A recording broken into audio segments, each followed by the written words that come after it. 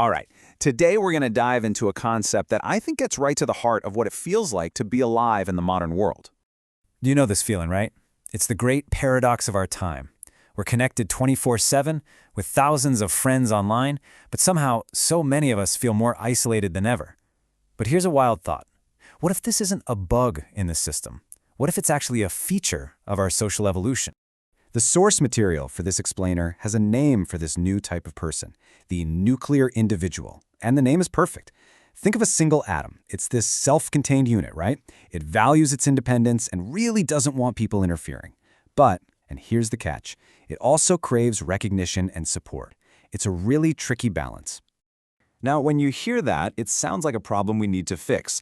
But the argument we're going to explore here is that this shift is totally natural. It might even be a necessary stage of our development as people and as a society. So let's look at the cause.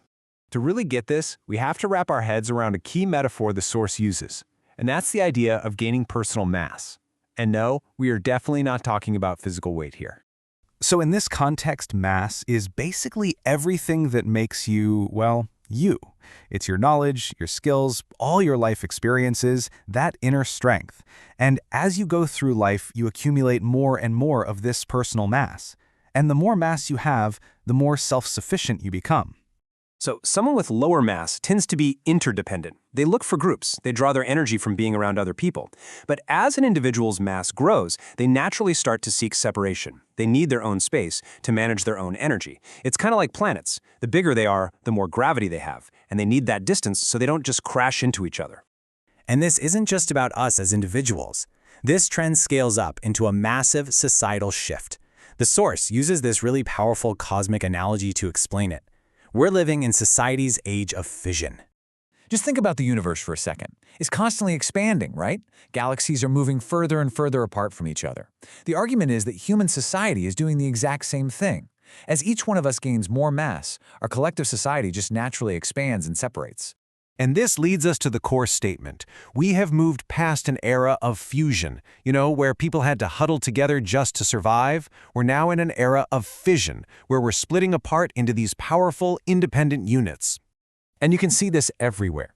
In the past, strength came from the collective. You'd have multiple generations living under one roof. Today, the goal is independence. We see the rise of the one-person household, this deep desire for personal space, and we celebrate individual achievement. It's a fundamental change in our social DNA.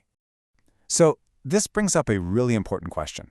If we're all becoming these independent nuclear individuals, how are we supposed to interact? How do we support each other without overstepping those new boundaries that people guard so fiercely? This is the real, practical challenge of living in this age of fission. When a nuclear individual is struggling, they absolutely still need help. But because they value their autonomy so much, offering that help in the wrong way can backfire big time. And this is where the whole framework gets really counterintuitive. It argues that our default way of helping, just giving money or material things to someone who needs it, is actually the wrong move. It can create dependency, and it doesn't solve the real underlying problem. So instead, this leads to a very specific three-step protocol for proper helping. Step 1, someone has to acknowledge they need help, that their own mass isn't enough to handle their challenge. Step 2, and this is the crucial one, you offer wisdom, your perspective, before you offer anything else. And then, and only then, do you move to step 3, providing material aid, but only if they are genuinely willing to listen to and accept your wisdom. The takeaway here is really direct. Helping someone who refuses to listen isn't just ineffective for them, it's actually bad for you. It's like pouring your energy straight into a black hole. This makes their willingness to listen a completely non-negotiable condition. So you see, this whole framework completely redefines what connection means in this new age. It's not about what we give, it's all about how we give it. And that leads to this idea of coexistence through wisdom. The basic idea is that material things are just tools. They are a temporary fix. The real, lasting solution comes from an exchange of a much more valuable resource, a higher form of energy, which the source calls wisdom. The source makes this fascinating distinction. On one hand, you have words. That's just basic communication. Anyone can speak words. But then you have wisdom. This is different. This is advice that comes from someone with greater mass, and it's said to carry a higher form of energy, one that can actually empower the listener and increase their own inner power. So, when a struggling nuclear individual truly listens to wisdom from someone with greater mass, they aren't just getting advice. They're actually absorbing that higher energy, which in turn increases their own mass. This empowers them to overcome their own obstacles, and that reinforces their independence instead of undermining it. So let's just quickly bring it all together. The nuclear individual is a natural result of our personal growth, of gaining mass. This is pushing our whole society into an age of fission where separation is just normal.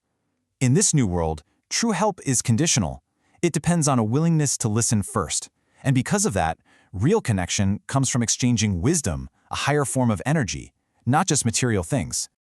Which leaves us with a final thought to chew on.